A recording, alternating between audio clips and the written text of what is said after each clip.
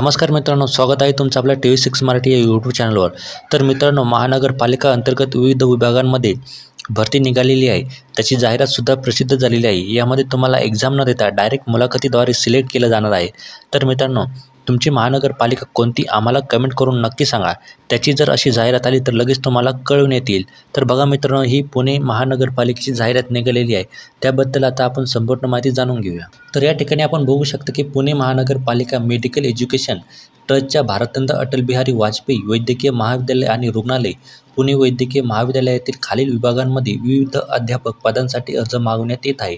तर खालील पदे भारतरत्न अटल बिहारी वाजपेयी वैद्यकीय महाविद्यालय व रुग्णालय मंगळवार पेठ पुणे या ठिकाणी मुलाखतीद्वारे 120 दिवसांसाठी तात्पुरत्या स्वरूपात आहे। तर मित्रांनो, आपण इथे बघू शकता की पुणे महानगरपालिकेअंतर्गत मेडिकल एज्युकेशन ट्रस्टच्या भारतरत्न अटल बिहारी वाजपेयी वैद्यकीय महाविद्यालय या ठिकाणी प्राध्यापक पदांची भरती होणार आहे मित्रांनो। तर त्याबद्दल आपण माहिती बघूया।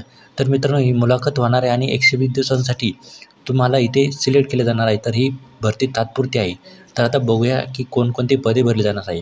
तर जे आपलं पहिलं पद आहे ते मायक्रोबायोलॉजीचं आहे, म्हणजे सूक्ष्मजीवशास्त्राचे जे पहिलं पद आहे यासाठी एकच जागा आहे आणि याच्यासाठी मुलाखतीची दिनांक आहे 9 तारखेला, म्हणजे आजच्या दिवशी आपल्याला मुलाखतीची तारीख आहे। तर जे आपलं दुसरं पद आहे ते आहे पेडिट्रिटिसिस, म्हणजेच बालरोगतज्ञाचं आपलं दुसरं पद आहे।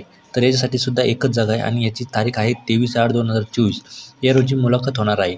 आणि मित्रांनो, या मुलाखतीसाठी आपल्याला दुपारी 3 वाजता तिथे हजर राहायचं आहे आणि छाननीसाठी दुपारी 1 वाजता त्यांना आपली कागदपत्रे सोपवण्यात द्यायची आहे। त्यानंतर आपलं जे तिसरं पद आहे त्यालाच म्हणतात ऑर्थोपेडिस्ट, यासाठी एकच जागा आहे आणि आपण इथे बघू शकता की मुलाखतीची तारीख 30 तारीख आहे याची। आणि त्यानंतर रेडिओलॉजिस्टचं एक पद आहे आणि अशी एकूण 4 पदे आहे मित्रांनो प्राध्यापकासाठी। आणि आता जे दुसरे आपले पद आहे हे सहाय्यक प्राध्यापकासाठी भरले जाणार आहे। तर जे आपलं पहिलं पद आहे हे ॲनाटॉमीचं आहे आणि ॲनाटॉमीसाठी एकच जागा आहे। त्यानंतर आपलं दुसरं जे पद आहे ते पॅथॉलॉजीसाठी आहे, याला 2 जागा आहे।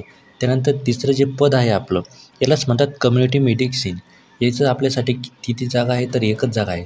तर आपण इथे बघू शकतो की 9 तारखेला पहिलं जे पद आहे यासाठी मुलाखतीची तारीख 9 आहे आणि त्यानंतर 23 आणि नंतर 30 या 3 तारखेपर्यंत आपली मुलाखत होणार आहे आणि दुपारी 3 वाजता मुलाखत होणार आहे आणि त्यांना 1 वाजता आपले कागदपत्रे सोपवण्यात येत आहे। त्यानंतर ज्येष्ठ रहिवासी यासाठी आपल्याला जागा आहे, सामान्य शस्त्रक्रियेसाठी 1 जागा आहे, त्यानंतर सामान्य औषधासाठी 3 जागा आहे आणि प्रसूती आणि स्त्रीरोगसाठी 1 जागा आहे। तर अशा एकूण 4 जागा आहे मित्रांनो। त्यानंतर काय काय ते बघूया। तर शिक्षण पदासाठी MD, MS किंवा DNS उमेदवार उपलब्ध असल्यास national council of medical sciences नियमानुसार वरिष्ठ रहिवाशांच्या पदांसाठी नियुक्त आदेश जारी केलेले आहे।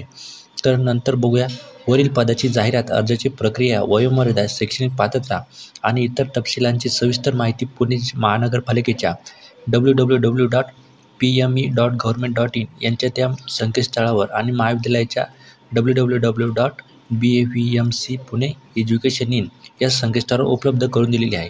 उमेदवारांची त्यात काळजीपूर्वक अभ्यास करून अर्ज करायचा आहे। त्यानंतर प्राध्यापक आणि सहयोगी प्राध्यापक पदांसाठी NMC नियमानुसार वयाची सूट देण्यात आलेली आहे। त्यानंतर 23/8/2024 आणि 30/8/2024 रोजी मुलाखतीसाठी उपस्थित होण्यापूर्वी वेबसाईटवर रिक्त जागा अद्ययावत तपशील तपासून घ्यायचा आहे। म्हणजे मित्रांनो, तुम्ही मुलाखतीला जाण्याआधी या 2 तारखेला जाण्याआधी वेबसाईटवर त्यांचे तपशील तपासून घ्यायचं आहे। आणि त्यानंतर आता शैक्षणिक पात्रता काय लागणार आहे ते बघूया।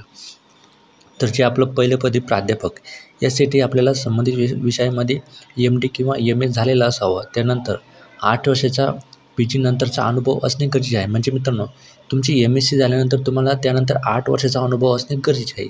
आणि अध्यापक आणि संशोधन एक्सप्रेससाठी काय काय ते बघूया। तर मान्यताप्राप्त वैद्यकीय संस्थेत 3 वर्षासाठी या विषयात सहयोगी प्राध्यापक किंवा महाविद्यालय किमान 4 वर्षे संशोधन प्रकाशने असणे आवश्यक आहे मित्रांनो। त्यानंतर जे आपलं दुसरं पद आहे असोसिएट प्रोफेसरचं, यासाठी संबंधित विषयामध्ये MD, MS किंवा DNS झालेला पाहिजे। त्यानंतर PG नंतर आपल्याला 5 वर्षाचा अनुभव असणे गरजेचे आहे, तरच आपण यामध्ये अर्ज करू शकता। त्यानंतर किमान 2 संशोधन प्रकाशने असणे गरजेचे आहे। त्यानंतर NHCने नियुक्त केलेल्या संस्थांमधून वैद्यकीय शिक्षण तंत्रज्ञानाचा मूलभूत अभ्यासक्रम पूर्ण केलेला असणे गरजेचे आहे। त्यानंतर आपलं जे तिसरं पद आहे सहाय्यक प्राध्यापकचं, यासाठी संबंधित विषयात आपली MD, MS किंवा DNS झालेलं पाहिजे. त्यानंतर आपलं जे चौथं पद आहे वरिष्ठ निवासी वैद्यकीय पदव्युत्तरचं, यासाठी संबंधित विषयामध्ये DM किंवा MCS पाठपुरावा करण्यासाठी नोंदणीकृत किंवा MD, MS किंवा DNB संबंधित प्राप्त स्पेशलिस्टमध्ये पात्र पोस्ट ग्रॅज्युएशन झालेलं आपलं पाहिजे. त्यानंतर ज्येष्ठ निवासी 3 वर्षापेक्षा जास्त नसलेले पद आहे. म्हणजे मित्रांनो हे पद 3 वर्षापेक्षा जास्त वेळ ठेवू शकत नाही. त्यानंतर प्रारंभिक नियुक्तीच्या वेळी उमेदवाराचे वय 45 वर्षापेक्षा कमी असणे आवश्यक आहे. त्यानंतर आपलं जे पहिलं 5वं पद आहे कनिष्ठ निवासीचं किंवा शिक्षकाचं, यासाठी मान्यताप्राप्त परवानगी असलेले वैद्यकीय महाविद्यालयातून वैद्यकीय पदवीधर असणे गरजेचे आहे. त्यानंतर वयोमर्यादा काय आहे ते बघूया. तर याच्यामध्ये जे पहिलं पद आहे आपल्या प्राध्यापकासाठी खुल्या वर्गासाठी 50 वर्ष आणि मागास वर्गीयांसाठी 50 वर्षापर्यंतची सूट देण्यात आली आहे. त्यानंतर दुसरं पद आहे सहयोगी प्राध्यापक, यासाठी खुल्या प्रवर्गासाठी 45 वर्ष आणि मागास वर्गीयांसाठी 50 वर्षापर्यंत सूट दिलेली आहे. त्यानंतर तिसरं सहाय्यक प्राध्यापक, यासाठी खुल्या प्रवर्गासाठी 40 वर्ष आणि मागास वर्गीयांसाठी 45 वर्ष. त्यानंतर ज्येष्ठ निवासींसाठी 45 वर्षापर्यंत. त्यानंतर कनिष्ठ शिक्षक, यासाठी खुल्या वर्गासाठी 38 वर्ष आणि मागास प्रवर्गासाठी 43 वर्षापर्यंत. आणि वर नमूद केलेले वयोमर्यादा उमेदवार उपलब्ध नसल्यास पात्र क्रमांक शासन नियम क्रमांक नुसार वय शिथिलता लागू आहे मित्रांनो. त्यानंतर पगार काय काय दिले जाणार आहे ते बघूया. तर प्राध्यापकासाठी एकूण वेतन 1,85,000 मित्रांनो. त्यानंतर सहयोगी प्राध्यापकांसाठी एकूण वेतन 1,70,000. त्यानंतर सहाय्यक प्राध्यापकासाठी एकत्रित वेतन 1,00,000. ज्येष्ठ रहिवासी एकत्रित पगार आहे 80,250. त्यानंतर कनिष्ठ रहिवासी आणि शिक्षक यांना 64,000 रुपये प्रति महिन्यानुसार पगार दिले जाणार आहे. त्यानंतर निवड उमेदवारासाठी स्कोरिंग कशी पाहिजे ते बघूया. तर संबंधित विषयामध्ये शैक्षणिक पात्रसाठी आपल्याला 20 गुण देण्यात येणार आहे. त्यानंतर शैक्षणिक पात्रता संबंधित विषयात PhDसाठी 5 गुण आणि 1 गुण प्रत्येकी पदवी प्रकरणासाठी असे एकूण 3 गुण देण्यात येणार आहे. त्यानंतर मूलभूत अनुभव संबंधित विषयातील शैक्षणिक अतिरिक्त अनुभव विषय प्रत्येकी वर्षी 2 गुण असे 20 गुण देण्यात येणार आहे. त्यानंतर संबंधित विषयांमध्ये PG अध्यापनाचा अनुभव दरवर्षी 2 गुण म्हणजे असे एकूण 10 गुण. त्यानंतर प्रबंध प्रकाशात निर्देशांक जनरल प्रत्येकी 2 गुण असे 10 गुण देण्यात येणार आहे. असा एकूण आपला 100 मार्काचा पेपर होणार आहे. तर त्यानंतर अर्ज सादर करण्याची कशी पद्धत आहे ते बघूया. तर भारतरत्न अटल बिहारी वाजपेयी वैद्यकीय महाविद्यालय मुलाखतीचे पोस्टनीय वेळापत्रक खालीलप्रमाणे आहे. पुणे या वेळापत्रकानुसार मुलाखतीच्या वेळेस 2 तास आधी कागदपत्राचे संपूर्ण संचांसह दुहेरी अर्जासह उपस्थित राहणे गरजेचे आहे. मित्रांनो म्हणजे तुम्हाला मुलाखतीच्या 2 तास अगोदर तिथे उपस्थित राहणे गरजेचे आहे. त्यानंतर विभाग 1 म्हणजे प्राध्यापकासाठी मुलाखतीची तारीख काय आहे ते बघूया. तर दिनांक 9/8/2024 आणि 23/8/2024 आणि 30/8/2024 या 3 वेळेस आपली दुपारी 3 वाजता मुलाखत होऊ शकते मित्रांनो. ती तुम्हाला कळवण्यात येईल.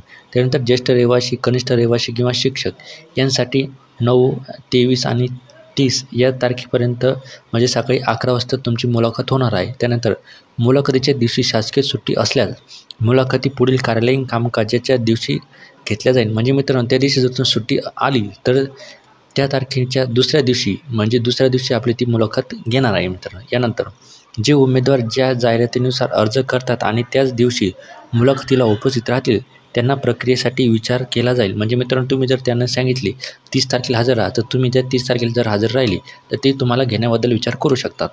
त्यानंतर रिक्त पदांच्या संख्येत घट किंवा वाढ होण्याची शक्यता नाकारता येत नाही. माननीय DN यांनी सर्व अधिकार राखून ठेवलेले आहे. मित्रांनो त्यांनी महानगरपालिकेचे अध्यक्ष जे आहे त्यांनी सर्व अधिकार राखून ठेवले आहे. यानंतर या जाहिरातीमधून निवडलेल्या उमेदवारांना सेवेतील कोणताही कायमस्वरूपी हक्क मिळणार नाही असं त्यांचं म्हणणं आहे. तर मित्रांनो अशी ही जाहिरात होती. धन्यवाद.